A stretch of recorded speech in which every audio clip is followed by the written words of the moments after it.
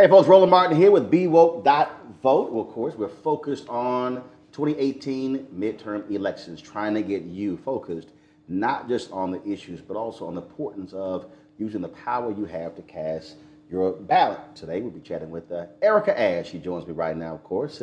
You've seen her on television and in the movies, and so normally she's the wild child, but today she gets to be a little bit more sedate, if you will. I think. What's happening? Hey, how are you? Thank you for having me. All good. Well, first of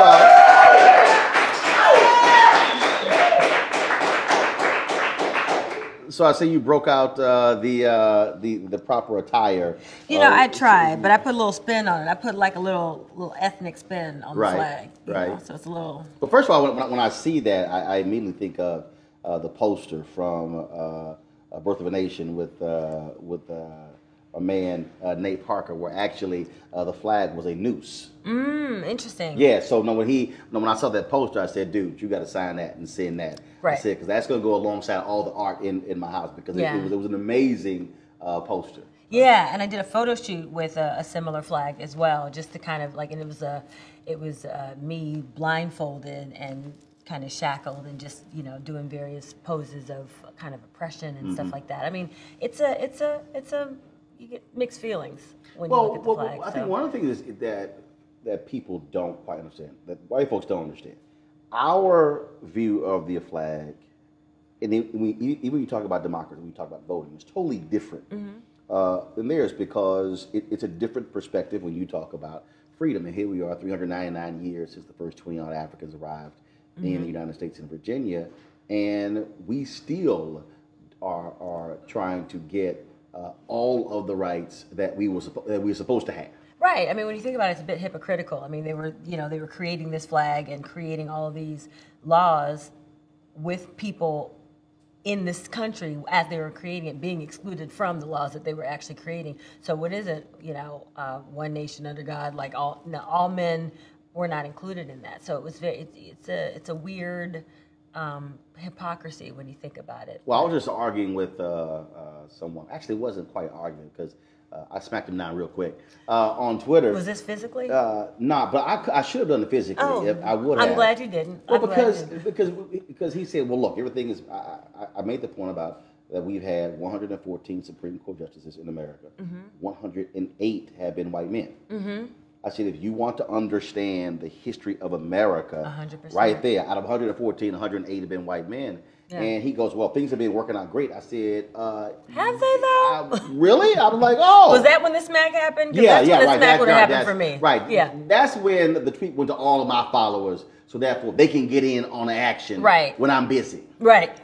Yeah. Sometimes you just want to let them have it. It's like kind of like the Beehive for Beyonce. Sometimes you just don't want to get your hands dirty. It's like, you know what, this is too easy. I'm gonna just let y'all have this. Oh yeah, and they're very good at handling that. I know they are. But again, it's a different perspective, because when you look at the history of this country, when you look at the fact that even when we talk about just this idea of voting, when you look at the efforts today with voter suppression, even the craziness with voter ID, people go, oh, but ID is simple. I'm like, yeah, but once you start going underneath, where you have to have a certain type of ID, we must see the birth certificate, it must be raised, it must be a certain paperweight. I mean, look, these are barriers that are put in place. Can I just be quite frank with you? I think that it even goes beyond that. I don't think anyone ever meant for us to get this far in voting. Just the way that it's set up, the language that's used. I think a lot of people end up not voting or being politically active because a lot of people just don't understand the terms. I mean, you know, I'm fully grown. We're reaching out and we're targeting the millennials and we're targeting Generation Z, which I don't even know how old they are. Like what is the Generation Z? Like how old are y'all? Yeah, my niece was telling me, she's like, well, no, we're not millennials. I'm like, what the hell are you then? And so I said, look, I'm not trying to come up with another letter. See, that's what I'm saying. It's no more letters. After you get to Z, we're done. Right. We're done. So what is this? The end of the world? Like back to A? Right. Is it double A, double B? Is we doing broad sizes right now? I don't know what's happening. But I think at the end of the day, nobody wants to feel stupid. And I think what happens a lot of times, people don't want to admit that they don't understand what these terms mean. And people talk about it, they talk about the electorate and the gubernatorial and blah, blah, blah. You might as well be saying Oshkosh, bagosh, blah, blah, blah, because people just don't get it. Because but also they don't want we to. haven't had real civics, though. Right. I mean, we haven't had real, I'm talking about honest civics. Exactly. Not that fake stuff that actually exists in the classroom. Right, and even with the fake stuff that exists in the classroom, because I took that, even with the fake stuff, everything is glossed over. And then all of a sudden, you're supposed to know what everybody's talking about. And that's always been a problem for me, when I'm dealing with political conversations. I mostly listen. And so I can only imagine what, these millennials, you 12-year-olds are out here thinking, when it comes to understanding what's happening in politics. I mean, you understand when it directly affects you, you understand, if I get pulled over, bad things could happen. But when you're talking about actually taking action to change what's going on in the political climate, that's where you're arrested, because you're just kind of like, well, I don't really know who to vote for, because this person is speaking way over my head. First of all, when you say arrested, there's a sister in Fort Worth who served time in federal prison. Mm-hmm. She gets out. Mm-hmm. She votes. She doesn't realize that she lost her right to vote. Right. She gets prosecuted. She's sitting in a federal prison right now, not only for voter fraud, but also parole violation. So she's in there for 5 years for simply casting a ballot.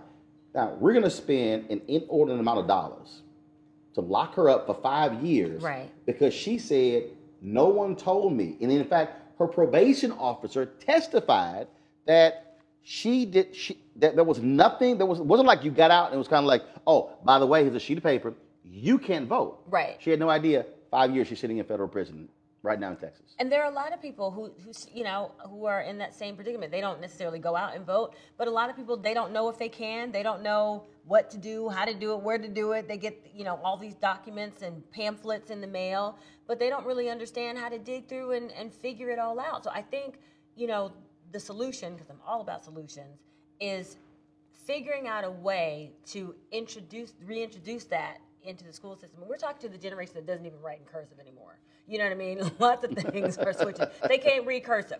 So, I feel like that's going to be the next step. The ballot's going to be in cursive. So then that's going to be another way to kind of rule us out. And we're not that's going to be the new poll tax. It's all in cursive, y'all. Sorry, Generation Z, AA, Triple D. I don't know what to tell you. It's, it's really unfair and it's really unfortunate. But there have to be hard steps in changing it around, because there's no point in sitting around. I'm never one to just complain. I don't like it. It just doesn't, it's not effective. Well, it's also, I think, walking people through. I mean, so one of the things that I've always done is utilize television and radio, and also social media to teach folks. I never thought about it that way until about a month before she died, Dr. Maya Angelou, when she was being honored at the National Portrait Gallery. I did an interview with her, and she said, no, I said, no, my brother and my sister are teachers. She's like, no. She said, you're a teacher. She said, I watch you. You actually teach. And I was kind of like, okay, I never thought about it that way. But the reality is, to your point, the average person doesn't know. The reality is there is no affirmative right to vote in this country. There isn't. It was specifically set up that way. People think, oh, no, I have a right to vote. Actually, you don't. There's nowhere in the Constitution that says you have an absolute right to vote. We learned that in the Bush v. Gore decision, when then Justice Antonin Scalia wrote that there's no affirmative decision there. Now, it says on their constitutional amendments that say you as a woman and me as an African American can't be denied the right to vote. Right. But there's nothing that says, no, you absolutely have that right. And then it's not from federal. It's local. So you might live in a county. I live in a different county, even in the same state.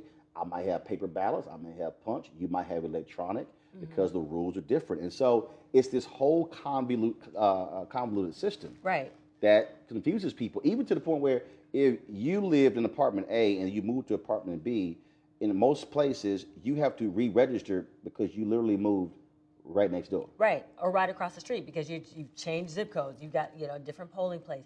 But when you think about it, when you break it down, when you think about, okay, So not only do I have to figure out what these candidates stand for and what they're talking about when they're giving all these speeches, and literally every other word I might have to look up in the dictionary just to figure out where their viewpoints are. I have to also figure out, okay, I have to look at my history. Am I allowed to vote? Is there, will I be arrested sitting in federal prison because I cast this ballot?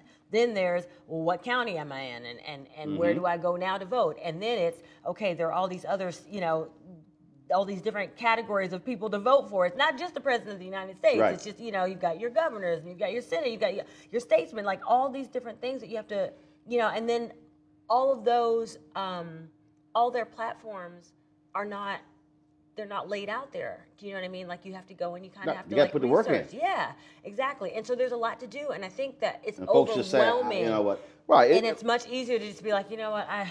There's too many things. We're going to probably have in the midterm elections more than half of the American population not cast a ballot. Yeah. But then I also have this other view where my deal is very simple. I use two versions. So one, I use one for mainstream television. Mm-hmm. I say vote or shut the hell up. Mm-hmm. But the other one really is vote or shut the fuck up. Right. Because I can't because there's nothing worse for me than people who complain about a system. Mm-hmm. Because folks really don't understand that literally everything in our life is impacted by the ballot. Right. There's nothing in our lives that isn't determined by politics some way or another. Right. If you were wearing something that was actually exported from another country, it had to go through a particular procedure that was established by government. Right. Folk walk around, that's why I love all the Republicans who say, I want limited government. I'm going, good luck with that. Right. I mean, you can go, even if you decide to go live in the woods, trust me, you got to figure out, well, I'm living on federal land or am I living on some other land? Right. And that's also, I think, part of this piece where people go, oh, no. That none of that stuff matters anything in my life. When, oh yes, it does. Mm-hmm. It matters a hell of a whole lot. Well, I want to go back to two things that you said. The first one, I definitely agree with my Angela. You are the consummate teacher, and I think that's why so many people really, really love you, and why I'm so happy that you are actually a part of this BeWoke.vote campaign. And I think also in terms of us having so many less people voting in this midterm elections, I think that can be shifted, even if it's just, a few percentage points by things like this. Look, us that was a race. Together, us talking about it, because it's like double dutch. It's over. You're like, where do I jump in? How to jump in? You just try. Right. And even if you stop the ropes, you get back out and you try again. So but it actually does matter. Exactly. And people, but see, I think the hardest thing for people, they go, okay, I'm hearing about the Russians, I'm hearing this. Right now, Republicans hold a one-vote majority in the Virginia House of Delegates. Mm. And the only reason they hold that is because that was in the last election, that was a tie. Hmm. It was decided by a coin flip.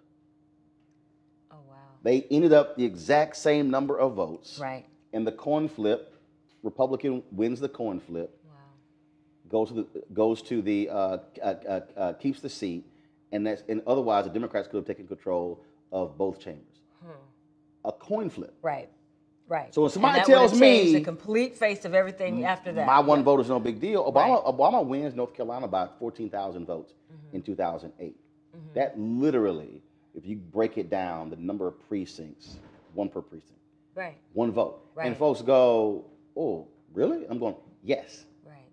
You just don't understand how that can make the difference. Yeah, it really, really does. And I think, getting people together who are like-minded, right? If you don't know exactly what's happening, I think the first thing is don't be ashamed of that. Don't be ashamed to say, I don't really know what that means. I don't know what that term means. I don't know what this politician stands for. Even if everyone's talking about it, people are scared to get laughed at. Now, I'm the queen of no shame, as we know.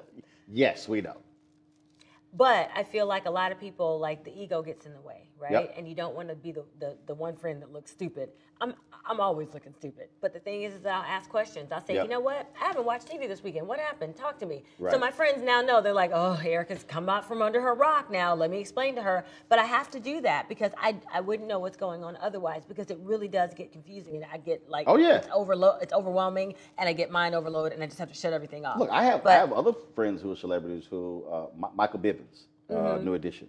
So Michael called me. He was like, he said, dude, he said, okay, what's going on with this?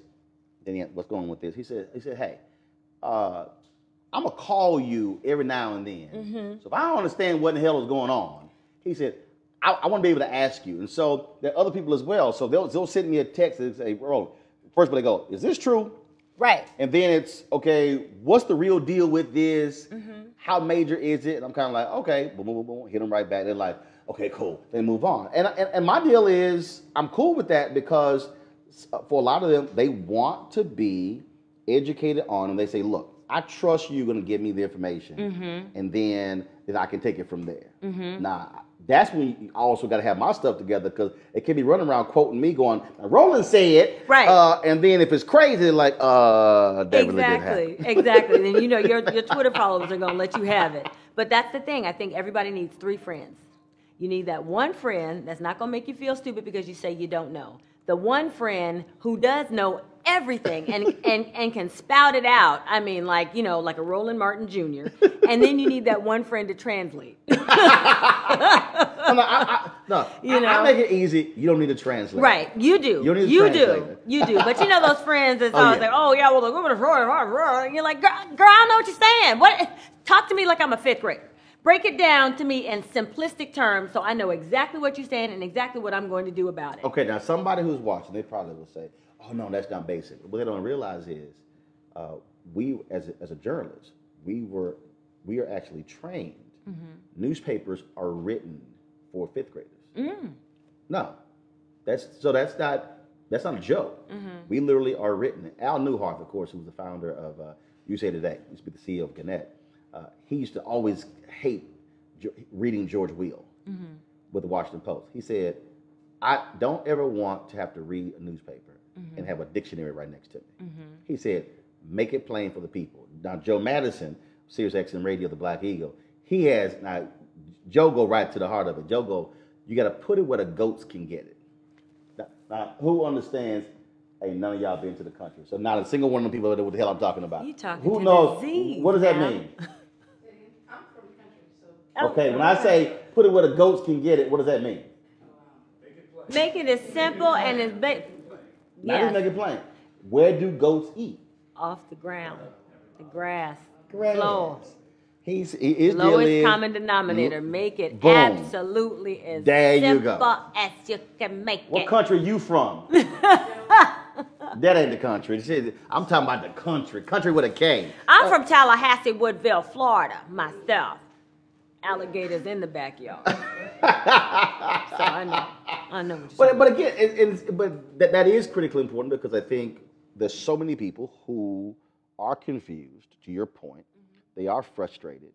And also, I think when we look at a lot of these media institutions, they also are not talking about issues that folks actually care about. Right. I mean, when I sat there and watched all of, it was very interesting. So you get the Brett Kavanaugh Supreme Court confirmation going on, and then at the same time, the decision came down in the Laquan McDonald case. And so when the jury verdict came down, not a single cable news network broke away from waiting for Susan Collins to give a speech to say, hey, this story out of Chicago, Jason Van Dyke has been found guilty. Right. It was just all sort of the same thing, and I think that's also a huge deal. Are you talking about things that I care about and then putting it in a way where I understand how my life is impacted? Right. And also the side of it that matters most to us. You know, you could talk about the issues that are relevant to us, but you could skew it in a way that makes us sort of feel the way that you want us to feel about it. And that's what I think a lot of news outlets do as well. You know, it's whatever the issue is,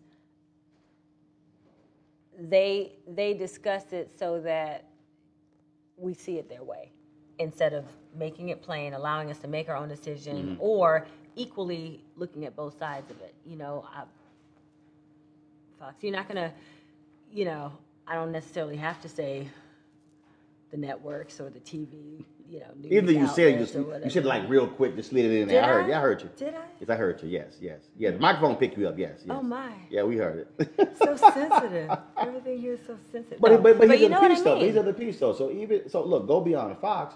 If you're Black and Latino, it's not like the other networks are doing a bang up job. Again, speaking to those issues that impact us in a much different way. Right.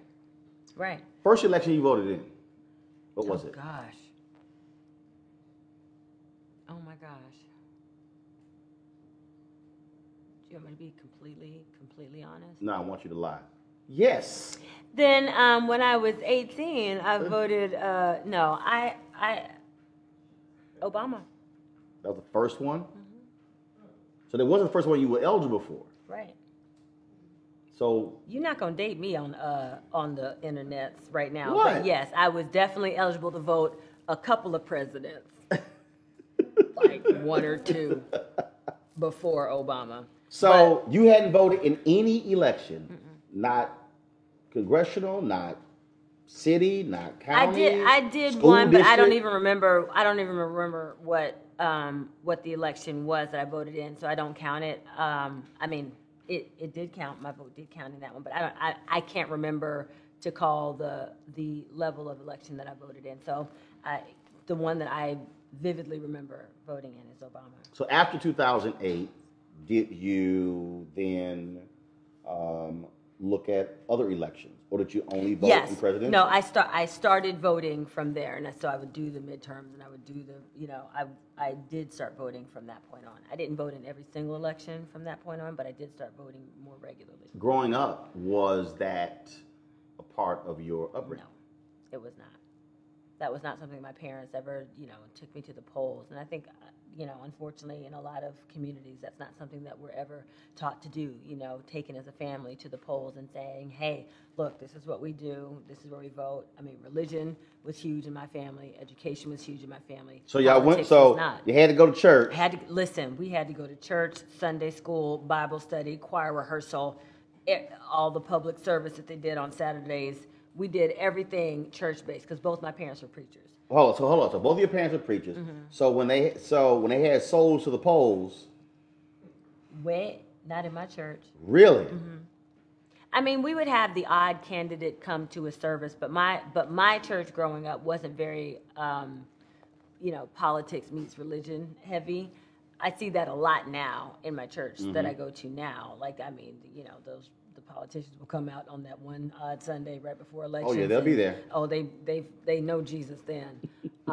So I see it all the time now. But when I was growing up, no, that wasn't a big part of our upgrade. So you think that's also an answer, because earlier you 100%. said put it in the schools, but also I do believe, and again, and for me, the reason I see the value. So my parents worked elections. They volunteered for campaigns. They ran phone banks.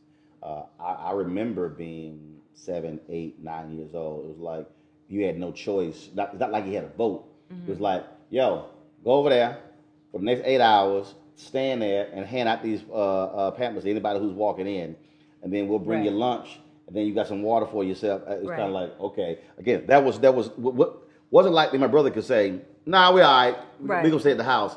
I didn't work that way. And so for me, that was a huge part of my upbringing. And look at you now. And it's very interesting because for me, service was a huge part of my upbringing. And that's just something that's just, it's a natural thing. I don't think twice about going out and doing community service. I don't think twice about giving up my Saturday mornings, even if I stayed out late on Friday nights. I don't think twice about going to church in the mornings. I think that might be even bigger than the civics piece in schools. I mean, I think that at this point, having that in schools at least gives the children the opportunity to go home and ask their parents, so Mom, Dad, what is this? What do you think we should do about this? This is what I learned in school today. Let's talk about it. At least gives the children something to bring home and start a conversation with. However, if the parents start that for the children, then, then the children can go to school and say, hey, why am I not learning this here? Why don't I have a civics class? You know what I mean? And we'll have more Roland Martins running around here. So see, there's gonna be a problem there, because see, when I went to school, let's just say we got into vigorous debates with teachers when it came to government. In fact, I got thrown out. No, because it was a government class. It was 11th grade. Yes, me. Oh, Roland. Miss Joseph, I don't know why first of all, I don't know why. I don't know why she decided. First of all, here was the problem. She was wrong. Miss Joseph is watching this thing. You was disrespectful. But she That's what wrong. it was. She was wrong. She was absolutely wrong. She said, She said the person who's out serving as president can't serve more than 8 years. I said that's not true. I said it is. I said it is true that they can only serve 2 full terms. But I said if a person becomes president before the second year, I said they can continue. And she argued with me. I said, I'm sorry, the facts are right there. Lyndon Baines Johnson became president on November 22nd, 1963, when Kennedy was assassinated. The election was in November of 1964. I said he could have run for a second term, which means that he would have served about 9 years as president. I said, how are you arguing? So she was like, and I'm going, it's right here. See, and I bet you raised your voice just like that. I You did. said, you're wrong, Miss Joseph. She was instead of wrong. saying, with all due respect, but these are the facts. It's about the way you present it, Roland. No. And She was mad because I busted her. And I bet you said that. You mad, Miss Joseph? You mad? Miss Joseph mad? And then she kept coming at her brother. And I said, okay. So I had like 103 grade in that class. And so we had a test. We had a pop quiz. And I said, you know what? I said, I ain't going to take this pop quiz. I said, I'm just going to put just 1, 2, 3, 4, 5, put a 0. And I said, and what's that going to drop my grade down by 102.1? See. Wow. What? See, I mean, you just, your mouth was fast. That's what it was. That was the problem. It wasn't about what you were arguing, because I think, you know what? She was you wrong. And I agree with you that she was wrong. All she had to say is, Mr. Martin, I stand corrected. Okay, here's the problem. Now, you know you went to school in a time where teachers weren't saying Mr. Nothing to no kids. But and Mr. Martin, you wrong, and you right and I'm wrong. When you get corrected, that's when you have, Mr. Martin, you are correct. Listen, and you just would not leave with anything less than that. But you know your Precisely. teacher was old Precisely. school. She wanted you to come at her in a way. She could be old school if she wanted to. That's Bottom why line, you got she was kicked wrong. out. Bottom line, she was wrong. I'm sure she was, but that's why you get kicked out. I was a well-read student. In government? I believe it. Look at you now. Government? Yes. Oh, hell no. We ain't going to sit here and just think. Well, you just basically answered the question right there. I mean, the way that you were raised, the fact that your parents took you to the polls, the fact that they did not make it a choice for you, they actually exposed you to that in a way. Then my dad watched about 5 hours of news a day. Like, matter of fact, growing up, there were a lot of TV shows I never saw the end of because we would have to turn 15 minutes before the news came on because he didn't even want to miss the promo. I was like, bruh, there's like a 2-minute break at like 58 and the news at 10. Right. We can watch till 58. Nah, I wouldn't do it. So, I mean, so, you're right. No, so you talk about that. And in fact, what was interesting is when you talk about, and I use this in speeches all the time, the importance of being aware of those things. I was in 11th grade and it was career day, which we had no idea it was career day. And so we had 2 speakers who came by the class. And so one of them was an Asian woman. She was a municipal judge in Houston. And the other one was a white guy who owned an import-export business. But he also happened to be the former chairman of the Texas Republican Party. Okay. And so when it came time to ask questions, we sit in the classroom and it's 30 plus students in the class, all black, and folks just like, I ain't got nothing to say. Let's just end this. And I'm kind of like, so y'all ain't gonna ask no damn questions. All right. And so I start hitting homeboy with questions. And so this was when Reagan was president. I started hitting him with Reagan policies. And I know he was looking like, I don't know who the hell is the black boy sitting on that side of the room. Right. But he hit me with some actual policy questions. Right. And so so what ended up happening was I walked him to the next class. We ended up talking. And he was like, man, he's a pretty bright student. His daughter was at TCU, Texas Christian University. He said, man, they could really use a student like you, but they were private. I'm like, I ain't going there because we ain't got private school money. But what ended up happening was he had called my parents at night. We stayed in contact. But 2 years, so that was 83 years later, we were going to the National Association of Black Journalists Convention in New York, my first one. And we were broke as hell, like broke. None of us had money. And so we sent 30 letters to foundations all across the state of Texas. We got 29 rejection letters. Then one day, this was like the last letter. We get this letter. I open it up. Hey, blah, blah. Glad to see that you're still involved in journalism. Encloses a $1,000 check from our foundation. hope this will help you guys go to the convention. And it was that guy, George Strait. Wow. That's a beautiful full circle moment. That check allowed us to go to the convention. And nearly every job that I've had has been a result of the relationships that you've established through NABJ. Wow. And so when I tell young folks first, people go, "Oh my God, $1,000 check." I said, no. I said you shouting the wrong thing. Right. I said the shout is not getting the check. Had I not asked questions, but then had I not watched the news, had not paid attention, had I not read the newspaper, I would not have been able to ask the questions. And then he would not have been able to recognize me. Right. I would have been like the other students, just sitting there kind of like, I don't know when this white man gonna come out of the office. And so I tell folks that even though he was a Republican, it doesn't matter. Let's take it back. So you're saying, had you not asked questions, had you not watched the news because your dad came home and made you, cop out of your shows 15 minutes early. Had you not read the newspapers, had you not had your parents who took you to the polls, had you not had, Precisely. Know what I mean? That all of gave that established a foundation. Exactly, and that gave you the confidence to be able to go toe to toe and ask those questions. Again, it goes back to my point. Nobody wants to look like an idiot. Nobody wants to be the fool that doesn't know stuff. And you ask a question, and people look like you are really good at doing. No. I only do that when they get it stupid on television. And then, and that's by design, right? Because when they really say stupid stuff, that's why I'm kind of like, I'm about to whoop you. You know what? That's my favorite part of watching you. That's my favorite part of watching you because you're talking 2, 3, 4 people who are all supposed to be sort of on the same plane in terms of political intelligence, going toe to toe.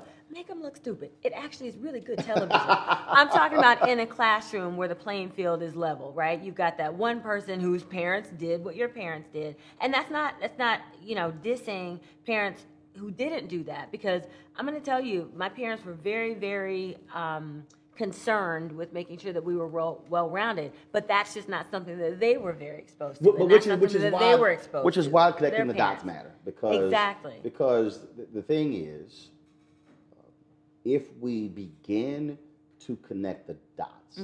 So I had a young girl who calls. She was a young woman in 2016.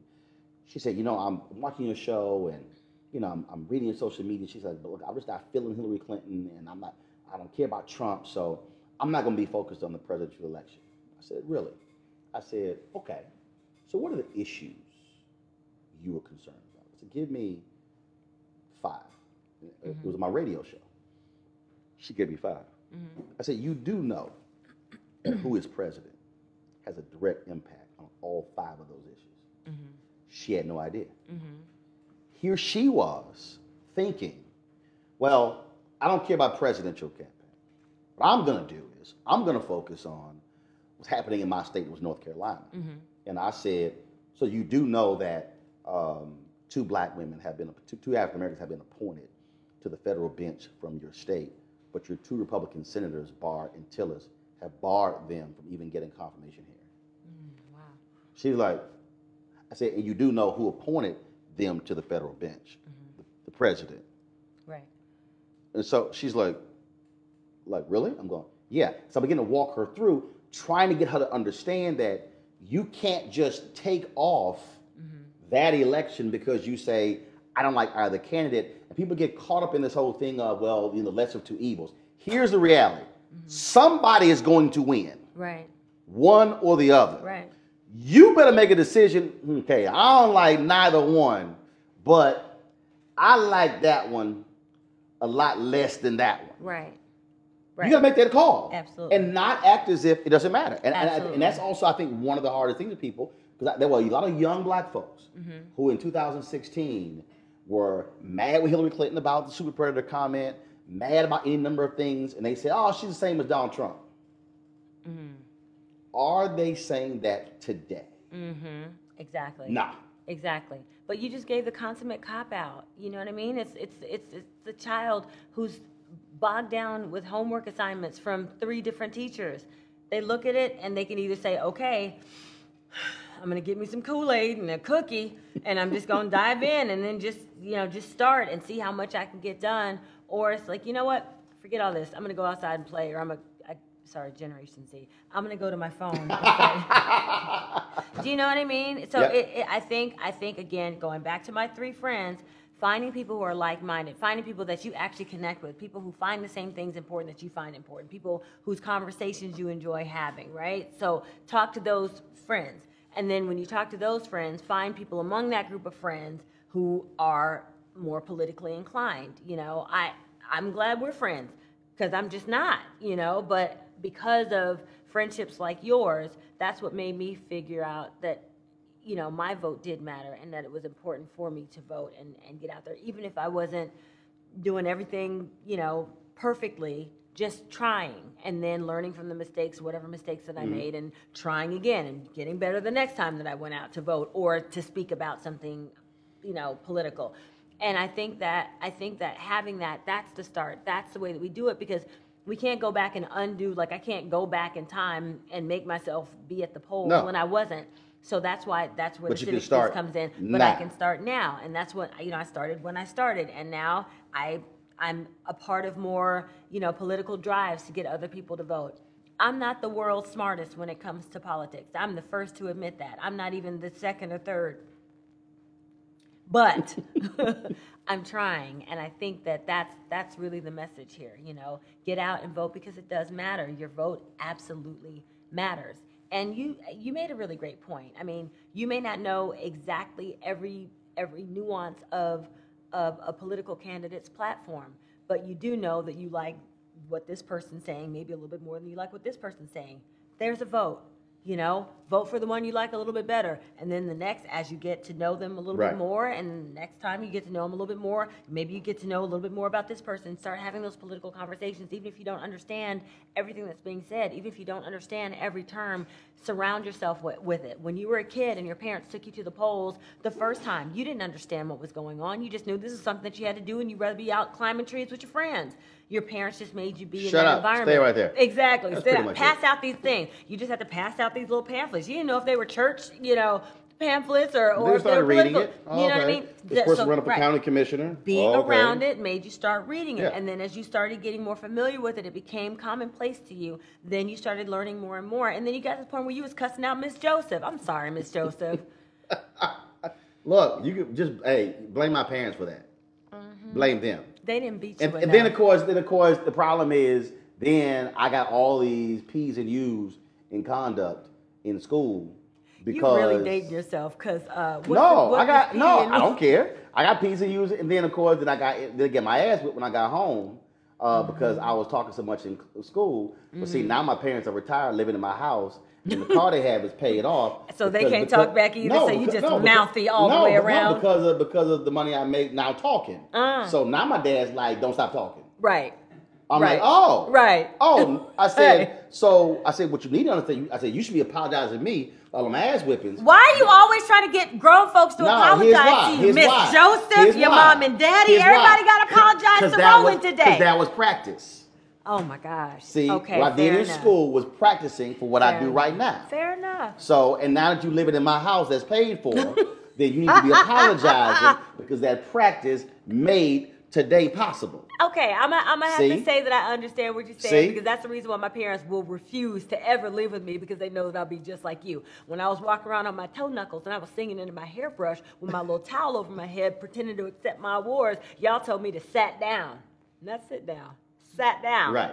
Now I'm out here acting and I'm doing all the things that I used to walk around imagining in my head that I was doing. So what now? Right. They're like, they're not gonna hear it. No, you're right. Oh, we always knew. We always knew. I will be quick to remind. See, and they won't even give me the satisfaction of being in that position. They're like, yeah, cool. You be over there. Oh, just do what I did. I did it standing in front of a church when I had to give a sermon. And my dad had to go back to my brother's house to get more copies of my books because we sold out at the first service. Oh. And so when he was walking in, I told the story on the microphone about all the beatings and everything. So he couldn't say nothing. There was about 1,000 people sitting right there. Right. So, yeah, I told the story. I told the story. Terrible. I don't care. When you got the microphone, you in control of it. That's right. Well, a couple more questions. Okay. We talk about issues in public policy. How do you use your platform in terms of the work to speak to these issues? The legal show. You did on BET. Yes, in contempt. In contempt. You dealt with real life stuff, dealing with the criminal justice system, dealing with just the lack of public defenders, how hard it is, lack of resources. Anybody who watched that show should understand that wasn't fiction. Yeah, you had these elements that were comedic, that were entertaining, but the reality is what you were dealing with is what is actually happening in our world.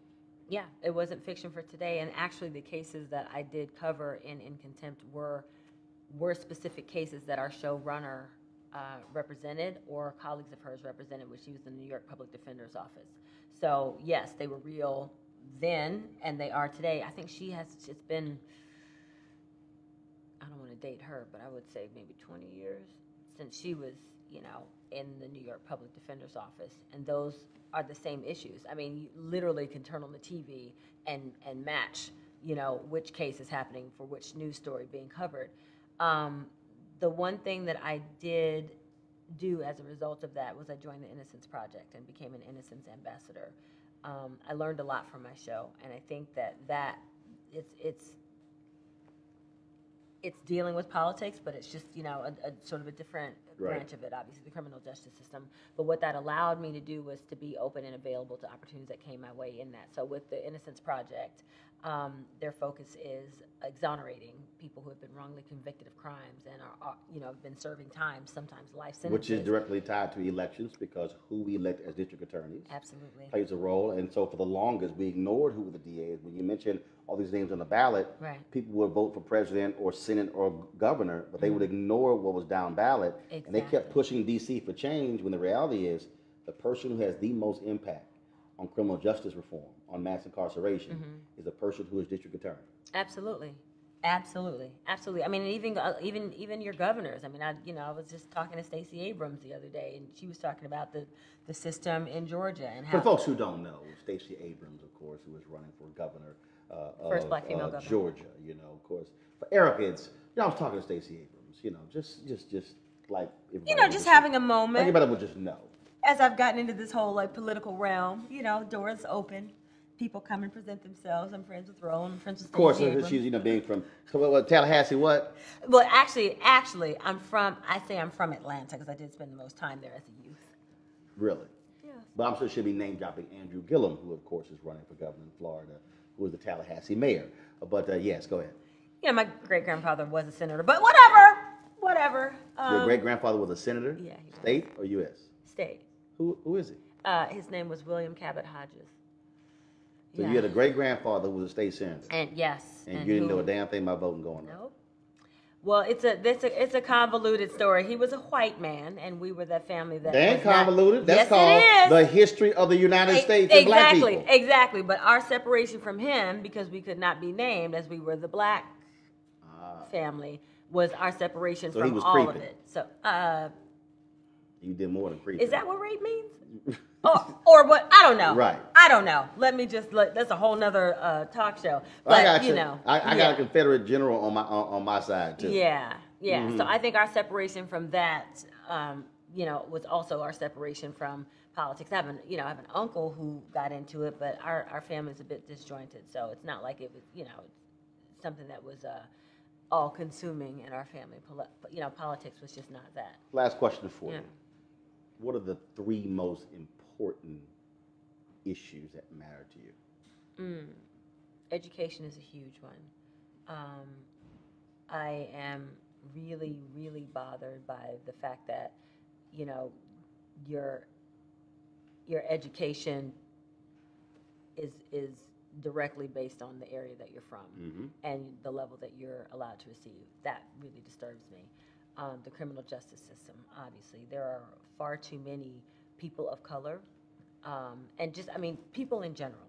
Nobody deserves to spend a day in prison for a crime that they did not commit. The fact that people are spending anywhere from, 1 to 30 plus years in prison for crimes that they didn't commit, and then when they're released, they're not properly compensated for the time in their lives that have been stripped from them. So criminal justice. And the third thing is equal pay for women, which is unfortunately still an issue today across the board for women and people of color. It's such a set thing, and nobody does enough to make sure that it's absolved. So those are the three issues that. All right. Really So last thing here, we're gonna do a test. Oh God. Oh yeah, you're going to school. This is the last thing here. And so I did a panel at the NAACP convention. Okay. And everybody on the panel failed. So just letting you know. Well, so good. Thank you for making me feel better. Okay. I'm just letting you know that in advance. So let's say you roll upon a Gen Z, a Gen Y, a millennial, a Gen a AA, 13-year-old. whatever, but somebody who is either first-time voter or they haven't voted, or even if they are 30, 40, 50, or 60, you've got 30 seconds to explain to them why they should vote. What do you tell them in those 30 seconds? Go. Okay, your right to vote was really hard fought for, and it was hard won by your ancestors. There are people who absolutely died. They died for the right for you to be able to vote. Anything that you are dealing with right now, from the way that you are treated in your school systems, to the amount of money your parents have to pay for that school, to how you're treated when you go to the doctor's office, to the amount of insurance that your parents have. When you see your parents arguing over bills, those are things that can be affected by the fact that you vote. And if you vote, all those things can change. And every single vote matters. What else do I want to tell you? I don't know, because you have 40 seconds. Huh? 40? You have 40 seconds. Oh my gosh. Okay. All right. So it was 30 seconds. That was the test. The test was to do it in 30 seconds. Wow. I thought you see. Let me tell you why that test is unfair, and this is why I would vote you out as teacher. Because you looked at your watch indicating you were going to tell me when my time was up. You didn't say you have 30 seconds, time yourself. No. You said you have 30 seconds, go. See, that's right. Normally here. when that happens, that's no, right here. here's so, precedence. Okay, Let's go back to precedence. So you got a watch on? No, I don't. And that's something that you should have asked me whenever. Okay, fine. All right. Tell me when to go. Let me tell you something. No. Take the watch. You can't create the test. Here's the deal. No, I'm going say, to. You know what? You take it. Now you fail. Now I'm going to take it. You created the test. That's an unfair advantage. Take the watch. Again, reasons why you should vote. People are given unfair advantages in this world. And in order to change that and to make the playing fields level, like he's showing us right now, you need to get out there and vote. Take the watch. Be woke, not vote. Take the watch. Take the watch. Tell me when to go. I'm looking at this camera right here. Go. Why should you vote? Because Freddie Gray can. Why should you vote? Because Trayvon Martin can. Why should you vote? Because Laquan McDonald, Rakia Boyd, Ina Jones, they can't vote. Your vote can make the difference on any issue it matters, but you have to actually use it. I'm going to tell you something. That was less than 30 seconds. I'm just saying. And I'm just saying. saying. He timed that. And I'm going to keep you watch. He timed that in the mirror. I just want to let y'all know how he timed that in the mirror before he came here when he knew he was going to create that bogus test to trap everybody. Let me tell you something. This is what happens. This is what the government does. They set up these random tests, right, to perpetuate this voter suppression and this voter disenfranchisement, just the way you did with this test. If you can pass this test, then you can vote. But they already know the answers to the test. No, that wasn't literacy test. So they give you the test. No, they give you the test. Here's the thing. The answer, if he had said to me, if he had spelled it out the way that you want things to be spelled out to you when it comes to politics, if he had said to me, Erica, I'm going to give you a test. The test is convince someone to vote in 30 seconds. Y'all think she protesting too much?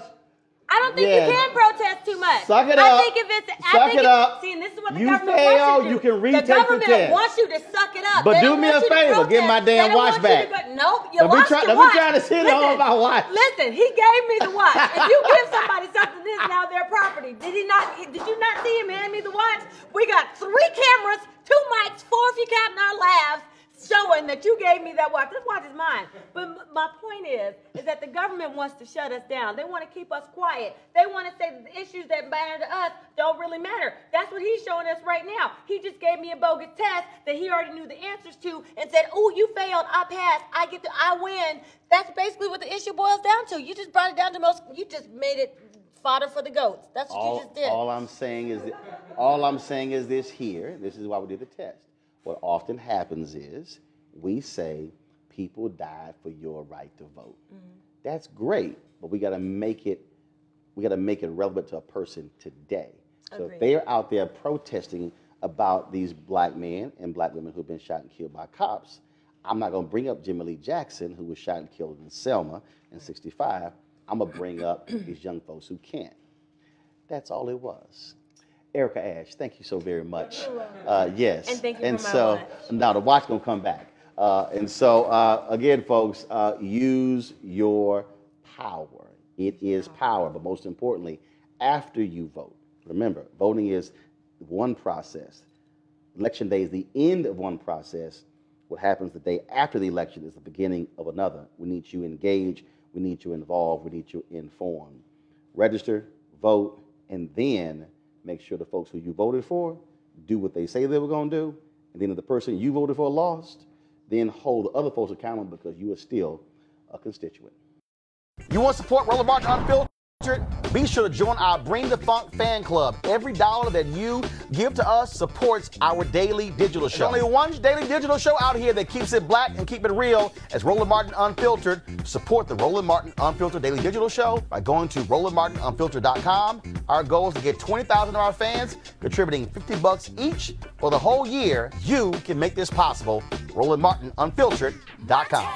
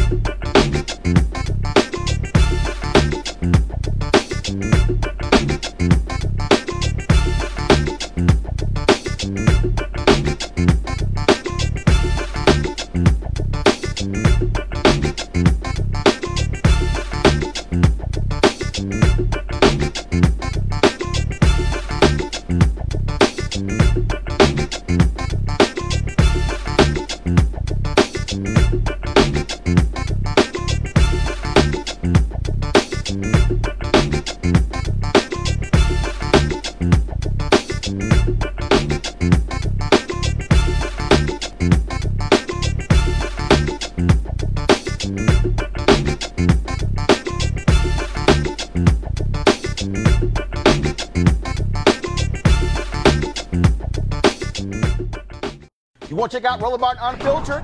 YouTube.com/Roland S. Martin. And subscribe to our YouTube channel. There's only one daily digital show out here that keeps it black and keep it real. It's Roland Martin Unfiltered. See that name right there?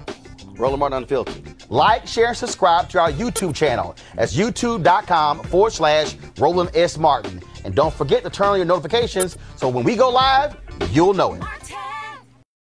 Hey fam, want to check out Roland Martin Unfiltered? The blackest show on all of digital, cable, and broadcast. Check out our audio podcast. There's only one daily digital show out here that keeps it black and keep it real. It's Roland Martin Unfiltered. Press play. Martin.